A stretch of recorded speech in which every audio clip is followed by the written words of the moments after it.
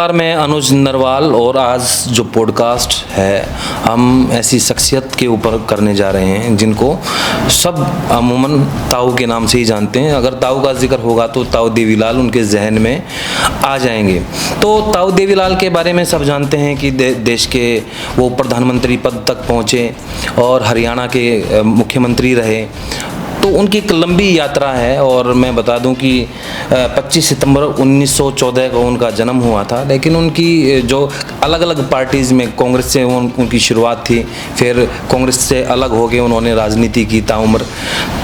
सारी चीज़ें public domain में हैं। लेकिन आज हम उन किस्सों की बात करेंगे जो बिल्कुल कम लोग जानते हैं, ज़्यादातर लोग जानते नहीं हैं। तो अनकहे किस्से हम उनको कह सकते हैं। इसलिए आज हमारे जो पॉडकास्ट में है बात करेंगे चौधरी देवीलाल मंच के फाउंडर रहे और अध्यक्ष भी रहे हैं प्रोफेसर राजेश पुनिया जी। स्वागत है आपका। डॉक्टर साहब, जिस तरीके से आप फाउंडर, तो पहले तो ये जो विचार मंच बनाया था तो आइडिया क्या था कि क्यों बनाया जाए ये सारी चीज़ें? देखिए, यदि आप भारत की राजनीति को देखोगे तो भारत की राजनीति में चौधरी देवीलाल एक रिवोल्यूशनरी आदमी रहे हैं और उनके जो आइडियाज़ थे वो उन आइडियाज़ ने पूरे समाज के अंदर काफ़ी परिवर्तन किया। तो उनको यदि मैं सिर्फ पॉलिटिशियन के नाते कोई भाषित करें वो ठीक नहीं रहेगा। वो एक समाज सुधारक भी थे, समाज को नई दिशा दी। तो मैं उनकी फिलोसफी से बड़ा प्रभावित हुआ। जब उनके बारे में पढ़ा, मेरे दादा से सुना शुरू में तो मैंने, अच्छा। फिर मेरे पिताजी से, फिर मेरे को डॉक्टर जयसिंह चौटाला जी के साथ काम करने का मौका मिला। जब मैं टीचिंग एसोसिएशन का अध्यक्ष होता था गुरु जमदेश्वर यूनिवर्सिटी में, तब उनसे मुलाकात हुई थी। इनेलो थी जब इनेलो थी 2006 की बात। अच्छा। तब मैं अध्यक्ष था। तब एक शादी में मुलाकात हुई थी। अच्छा। और फिर सिलसिला बढ़ा तो मुझे चौधरी देवीलाल से तुम कभी से प्रभावित था। तो फिर एक विचार आया कि उनकी बातें आम आदमी को बतानी चाहिए और यदि वो बातें हम समाज में बताएंगे तो उससे राजनीति करने की दशा और दिशा बदलेगी और लोगों के अंदर असल में समाज सेवा का जज्बा पैदा होगा। तो इस नाते हमने 2009 में दिल्ली यूनिवर्सिटी के अंदर इसकी स्थापना की थी। अच्छा। चौधरी देवीलाल विचार मंच की। और लगभग 2019 तक मैं रहा। उसके बाद सत्ता में आए और फिर डॉक्टर जयसिंह चौटाला उसके बाद से इसको देख रहे हैं और मैं अब टीचिंग कर रहा हूँ। अच्छा। तो इस दौरान आपने बहुत सारे लोगों से भी बात की होगी जिन्होंने ताऊ देवीलाल के साथ काम किया है, तो अनुभव साझा किए होंगे, बहुत सारे किस्से हो सकते हैं। लेकिन आप भी जिस तरीके से बताया, हमने इंट्रो में भी कहा कि बहुत सारी चीज़ें अब आम जनजीवन में जो लोग हैं वो जानते, जो राजनीति में थोड़ी सी दिलचस्पी रखते हैं ताऊ जी के बारे में। एक तो सवाल नई पीढ़ी के लिए है ये कि ताऊ क्यों कहते हैं उनको, ताऊ का ओहदा किस तरीके से मिला, क्या वैसे ही ताऊ बोलना शुरू कर दिया है, कोई उसके पीछे कहानी है कोई? अनुज जी, हमारे हरियाणा के समाज में यदि आप थोड़ा सा पीछे जाएंगे, मतलब हमारी पीढ़ी से पीछे मेरे पिताजी की पीढ़ी जो थी, उस टाइम भी हमारा क्या था कि घर में मान लो 4 भाई हैं और जो सबसे बड़ा भाई है, बाकी 3 भाइयों के बच्चे उस बड़े भाई को ही बाबू बोलते थे। मतलब हमारे शर्म आती थी छोटे भाइयों को अपने बड़े भाई के होते हुए अपने आप को पिता कहलवाना, जो कि बायोलॉजिकल पिता तो वो खुद होते थे, उसको मानते बड़े भाई को ही थे। तो जो बड़ा भाई वो ऐसे ताऊ है, तो कायदे से ताऊ जो है उस पूरे कुनबे का, पूरे परिवार का मुखिया वही है। तो ये एक भावुक रिश्ता है। तो उनका समाज के साथ एक भावुक रिश्ता जुड़ा हुआ था, इसलिए उनको ना ताऊ की उपाधि दी थी। तो ये हमारे बहुत लोगों ने मान लिया। हाँ, ये परसेप्शन हमारे सबसे बड़े यही है। तो ये तो रहा होगा जो मैंने पढ़ा है, सोचा है उसके हिसाब से। जी। तो कोई ऐसा किस्सा रहा कि जिससे आप भी प्रभावित रहे हो और कम लोग जानते होंगे, कुछ इस तरह की आई चीजें? मैं आपको 2-3 किस्से ही जैसे इस पे मैं बताना चाहूँगा जिससे उनकी पूरी फिलोसफी क्लियर हो जाएगी कि किस टाइप के मनुष्य थे। और क्योंकि मेरे को ये मौका मिला कि मैं हर साल ना एक प्रोग्राम करवाता था जिसमें मेरी ये रहती थी कि उसमें अध्यक्ष जो है वो उनके साथ काम किया हुआ आदमी होगा, बुजुर्ग। और Okay. मैं उनसे सिर्फ यही पूछता था कि जी आप ये जो किताबों में लिख रखे हैं ना, ये किससे मत बताओ, आप मुझे कोई उनके साथ तो रहे हो ना, तब आपने जो रियल में देखा हो। जो उनका निजी अनुभव। हाँ, तो एक बड़ा चोरी देवीलाल ना, और राजनीति सिर्फ इसलिए नहीं करते थे कि मुझे जीतना है, ये वोट चाहिए, ऐसे नहीं थे। अच्छा। एक बार काला अंडी में ना अकाल पड़ गया था उड़ीसा में। हाँ, उड़ीसा। तो उड़ीसा के जो मुझे बताया कि 100-150 आदमी, वो मेरे कांग्रेस की सरकार थी उन दिनों, वो मिलने आए अपने उड़ीसा के किसी सांसद से कि भाई हमारा तो अब कुछ बच ही नहीं रहा और हमारे लिए कुछ पैकेज दो, कुछ हमारी मदद करो। तो वो आदमी चोरी देवलाल उस टाइम में सोलोदी रोड पे रहते थे, तो सुबह का समय था, ठंड सी थी, तो वो अपने बाहर बैठ के अपना अखबार पढ़ रहे थे। तो उन्होंने देखा कि बहुत सारे अर्धनग्न सी अवस्था में औरत और पुरुष जाने लग रहे हैं। तो वो देखने में भी अलग लगते हैं, उड़ीसा वाले, सांवले से रंग के। तो चोरी साहब ने जो उनके साथ पिए था उसको कहा कि भाई एक बार जा, ये क्या इतने लोग ये सुबह सुबह कहाँ जा रहे हैं? तो उसने जाके पूछा, तो एक दुभाषिया था उनमें, तो कन्वर्ट कर लेता था हिंदी में। तो उसने बताया जी हम ऐसे ऐसे गए थे अपने सांसद से मिलने, पर सांसद जी मिले नहीं, और हम तो ट्रेन से आए थे, वापिस जाएंगे। उन्होंने कहा तो अपने एरिया में पहुंच गए, वापिस वहाँ है तो वहाँ ढूंढेंगे। तो उन्होंने कहा जी ऐसी ऐसी बात है। तो चोर साहब ने कहा सबको अंदर ले आओ भाई। तो वो अंदर बुलाए, तो दुभाषी के थ्रू पूछा कोई खाना खुना खाया है? वो बोले ना जी हमारे पास तो पैसे भी नहीं है। तो चोरी साहब ने कहा कि भाई ऐसा करो, इन सब के भोजन की व्यवस्था करो, सबको नाश्ता कराओ। तो वो 150 आदमी को नाश्ता कराया। फिर चोरी साहब बोले उसमें से 3 औरतें ऐसी थी जिनके छोटे छोटे बच्चे थे, वो कांप रहे थे। तो चोरी साहब ने कहा भाई वो जो अपने कंबल रखे हैं ना, वो कंबल इनको दे दो।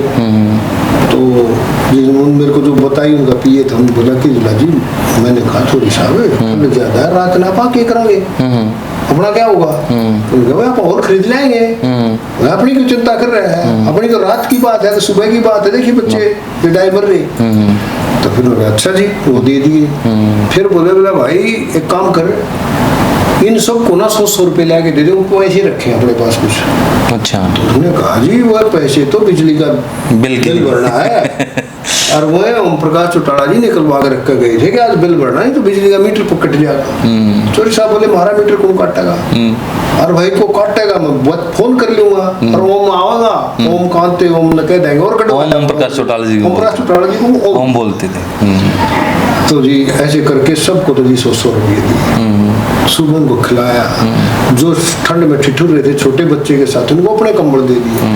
तो ये जो भाव है ना, ये भाव मेरे मन को छूता है कि आदमी के अंदर करुणा, एक नेता के अंदर ये बड़ा गुण होना चाहिए सबसे पहला, कि उसको सिर्फ ये नहीं देखना चाहिए कि इस यहाँ से मुझे वोट मिलेगी तभी मैं कुछ करूंगा, उसके अंदर करुणा का भाव होना चाहिए। और चोरी साहब ने इस बात को, आपने शायद पहली बार सुनी होगी। हाँ बिल्कुल सही। इस आप पत्रकार रहे, आपने सारा किया, उन्होंने कभी इस बात को प्रचारित करने की कोशिश नहीं करी। बल्कि आजकल तो किसी को एक कंबल भी देते हैं तो वहाँ पे फोटो और सेशन पूरा हो जाता है। हाँ, एक कंबल दे के उसके 1000 कंबल होगा, अपना क्रेडिट लेने की कोशिश करते हैं। लेकिन अच्छी बात है कि एक नेता के लिए, और खास तौर पर उस स्टेट के जहाँ पे उनका शायद जाना भी मारा, हाँ, जो उनकी भाषा नहीं समझते थे, उनके लिए जीवन में दोबारा मिले नहीं उनसे। हाँ। लेकिन उनका भाव इतना था, करुणा इतनी थी। एक और बड़ा, मतलब बहुत साफ सुथरे आदमी थे। उनके 2 किस्से मैं आपको ये बताऊं, उनके बड़ी साफ गोई इसमें नजर आती है। एक और उन्होंने बताया जी चुनाव का समय चल रहा, तो चुनाव के समय में कोई उनको जैसे चंदा देने का, चोरी साहब ने ये नारा दिया था, एक वोट एक वोट। हाँ। कि भाई मेरे पास पैसा नहीं, जनता पैसा दे। तो कोई बड़ा सेठ उनको पैसे देगा, उस टाइम 100 रुपए की गड्डी होती थी, तो वो पेटी सी में देगा। तो उन्होंने कहा भाई अंदर रखे। तो फिर उन्होंने टिकट दी, जिनको टिकट दी, टिकट वो ढूंढवा के लाए, एक तो खेत में से पकड़ के। हाँ, ये भी रहा उनका कि ये नहीं था कि भाई ठीक है जी किसी को भी पकड़ के, बिल्कुल गरीब आदमी को सिर्फ वो पॉलिटिकल एक्यूमन देखा। अगर देश में पॉलिटिकल एक्यूमन है, समाज के काम कर लेगा, नहीं कर, समाज को उन्होंने उठाने का बहुत काम किया। पहले उस टाइम के अंदर कांग्रेस गांव में जाती नहीं थी। इस देश के अंदर नेताओं को गांव में पब्लिक के बीच में भेजने वाला आदमी है, तो सबसे ज्यादा योगदान तो देवीलाल का है। तो वो किसी गरीब को भी ले आते, चरवाहे को ले आते, तो ऐसे ही 2 आदमी आ गए तो उनका वे तुम्हें टिकट दे रहे हैं। उस टाइम में टिकट लेने से लोग भागते थे। तो बोले चोरी साहब आपने दो तो ना को पैसा ना कुछ, मैं चुनाव कैसे लड़ूंगा। चोरी साहब बोले चिंता मत कर, अभी एक शीट दे के गया है, तू अंदर जा और वो मेरे स्टोर में रख के गया है, तू उसमें से जितने पैसे में तू चुनाव लड़ सकता है उतने ले जा।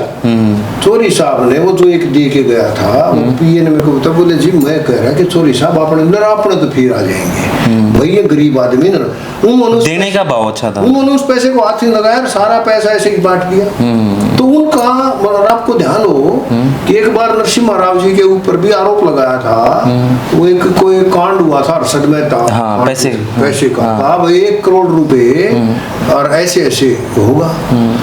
तो चोरी देवीलाल एकमात्र ऐसे आदमी थे विपक्ष में होते हुए, उन्होंने कहा भाई ये आरोप झूठा लगा रहा है। उनसे पूछा मीडिया ने जी क्यों झूठा लगा रहा है, उन्होंने कहा भाई 1 करोड़ रुपये प्रधानमंत्री आवास में ले जाने के लिए सूटकेस इतना बड़ा होगा कि वो बगैर सिक्योरिटी की नजरों से बचे जा ही नहीं सकता।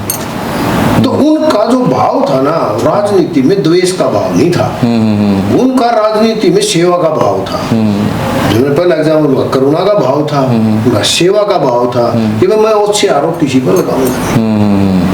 तो ऐसे ऐसे ना मेरे सामने। अच्छा ये बताओ कि एक बार जैसे पेंशन का था तो कहीं तो उसका भी कहीं से आइडिया आया था, किसी ने बताया इस बारे में, या फिर ठीक है जी किसी ने पॉलिसी बताई और उन्होंने इम्प्लीमेंट कर दी बुढ़ापा पेंशन? बुढ़ापा क्योंकि उसका ना अब भी असर दिखते हैं, हम गाँव में जाते हैं ना रिपोर्टिंग के लिए, तो वो कहते हैं यार अब भी एक वीडियो वायरल हो गई थी कहीं पे, तो वो वही आज भी ये मानते हैं कि ताऊ देवीलाल की वजह से ये पेंशन चीजें शुरू हुई हैं। सोल आइडिया, मैं इसको आज की टर्म में कहूँ पेटेंटेड आइडिया चोरी देवीलाल का, पेटेंटेड, मैं फिजिक्स का हूँ तो मेरी टर्म में पेटेंटेड आइडिया है उनका। ये हुआ क्या कि चोरी साहब के जवानी के दोस्त थे, बड़े दबंग थे, तो उनके पास जब वो पहले जब जवानी के टाइम में जाते थे तो उसकी घर में पूरी चौधराहट थी। तो जैसे चोरी साहब भी जैसे थोड़े बुढ़ापे की तरफ बढ़े, बच्चे जब अपना कमाने करने लग गए तो एक बार उसके पास गए, पहले बैठते थे अलग, तो दहलीज अलग होती थी और घर अलग होते थे।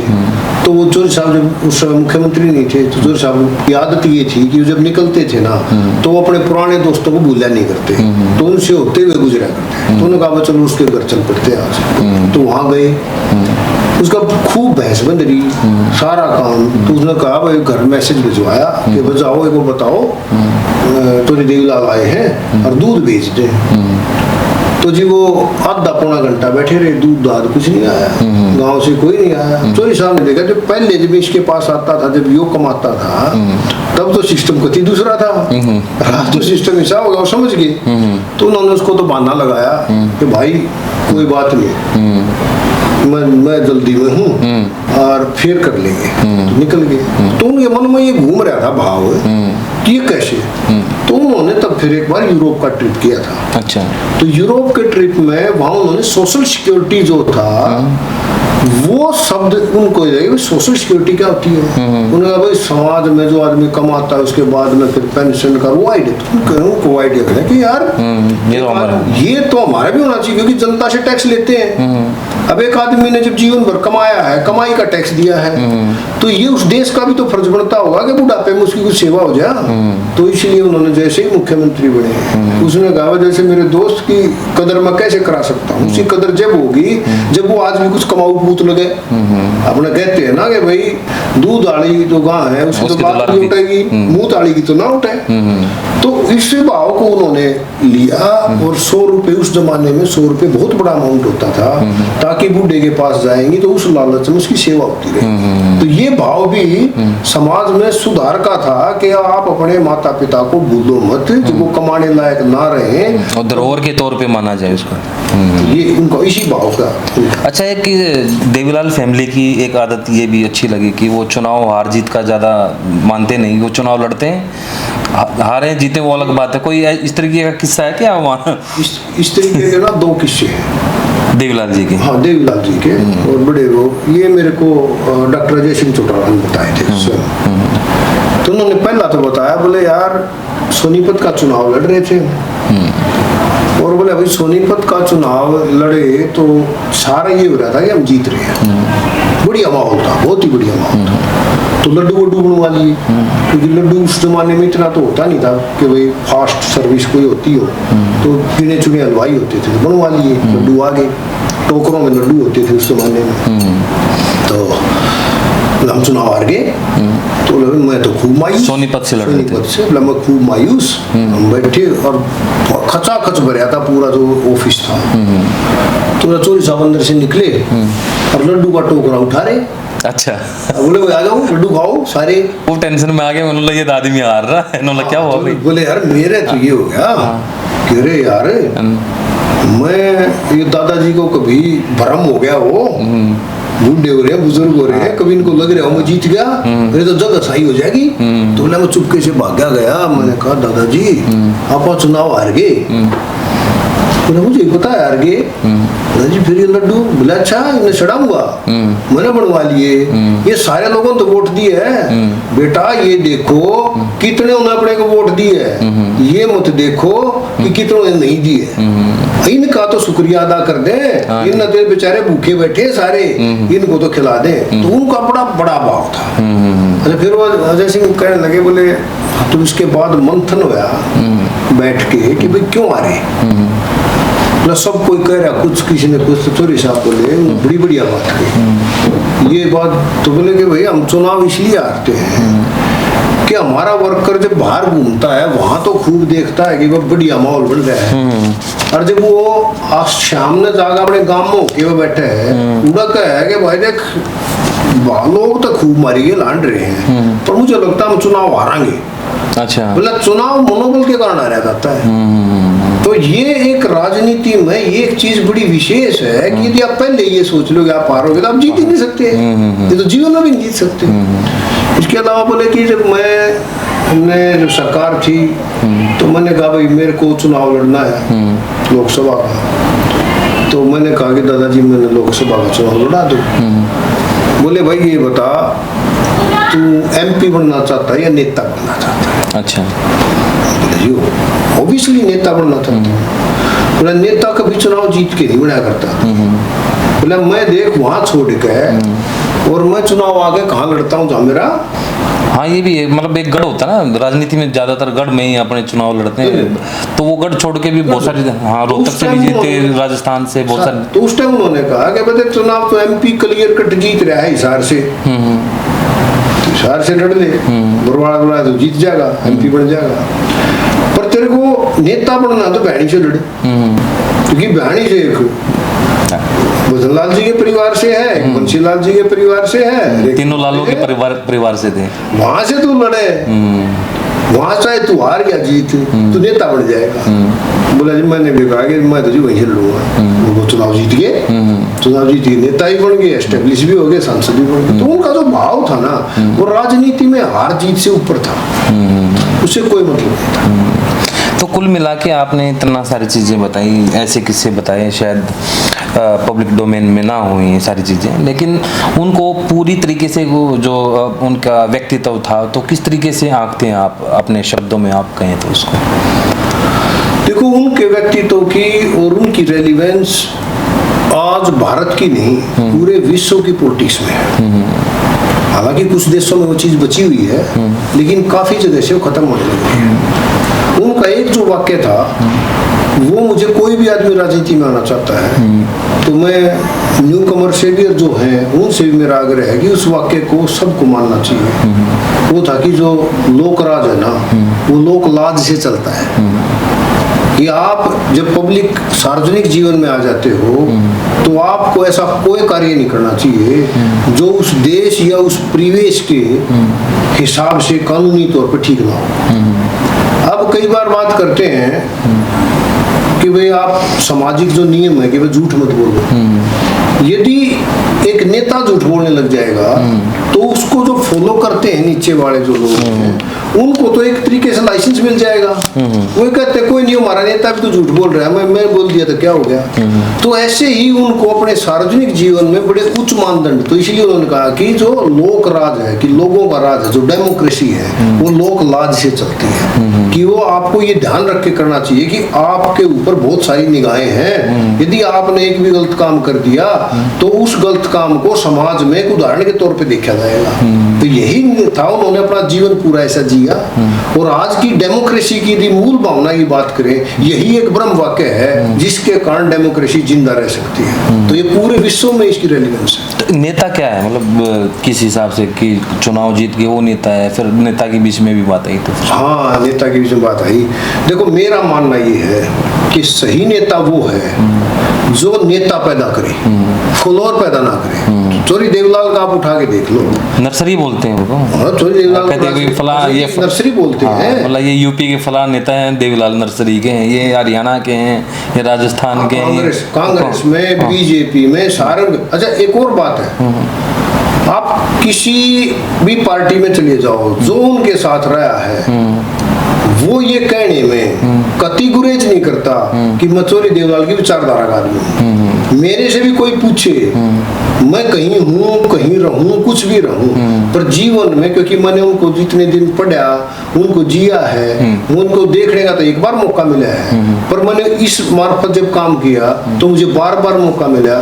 तो मैं भी खुद पूरे जीवन इस बात पे रहूंगा कि मैं चोरी देवलाल के ही विचारधारा का फॉलोअर हूँ, कि वो कैसे समाज के अंदर परिवर्तन लाना चाहते थे। आप तो इतिहास के भी छात्र रहे हैं, आपने पढ़ा है, आप इतिहास उठा के देख लो, पूरे विश्व के अंदर जब भी कोई बहुत स्ट्रॉन्ग नेता या राजा हुआ है और जिसने अपने बेटों को या अपने भाइयों को या अपने समकक्षों को राजनीतिक रूप से या किसी रूप से दमन करके वो ऊपर चढ़ा है और उसने बहुत मजबूत शासन किया, जैसे हमारे यहाँ औरंगजेब की बताते हैं, उसने इतने अपने दारा शिकोह अपने भाई को मारा, जो कि बहुत बढ़िया था यदि उसमें देखा जाए तो औरंगजेब ने भी बाद में क्या किया, उसके बाद पूरा मुगल सल्तनत ढहेगी, नाम लेवा नहीं होता, क्योंकि वो जो आदमी ऐसे दूसरों के साथ गलत काम करके आगे बढ़ता है उसके मन में एक भय पैदा रहता है कि तेरी कुर्सी कोई छीन लेगा। तो इसलिए वो सेकंड लाइन जो है नेता पैदा नहीं होने देता, वो फॉलोअर पैदा करता है। तो जो भी राजनीतिक दल फॉलोअर पैदा करने शुरू कर देगा और नेता पैदा करने बंद कर देगा किसी भी डर के कारण, आप ये मान के चलो जब तक वो ताकतवर नेता है तब तक तो वो चलेगा। जिस दिन उनका जीवन खत्म हुआ उसी दिन वो राजनीतिक पार्टी के अंदर बहुत बड़ा पॉलिटिकल वैक्यूम आ जाएगा। तो ये हर एक पॉलिटिकल पार्टी को ध्यान देना चाहिए। लेकिन देवीलाल जी तो अपवाद थे ना इस मामले में, तो इसीलिए देवीलाल जी का आज भी मान सम्मान, चाहे उनकी पार्टी में कोई आदमी है या नहीं है, उनके मान सम्मान में कोई कमी नहीं है। हर एक आदमी उनका पूरा वही मान सम्मान करता है। लेकिन अब दो पार्टियां हो गई परिवार में भी, जेजेपी है, पोस्टर बॉय बने हुए आज भी चौथी पीढ़ी में भी देवीलाल। बिल्कुल, आप देख लो उनको हटा दे तो फिर काफी दिक्कत आ जाएंगी दोनों। अजय सिंह जी भी और अभय सिंह जी भी, दोनों आज भी जब भी लगाते हैं, देखो विचारधारा तो नहीं की है।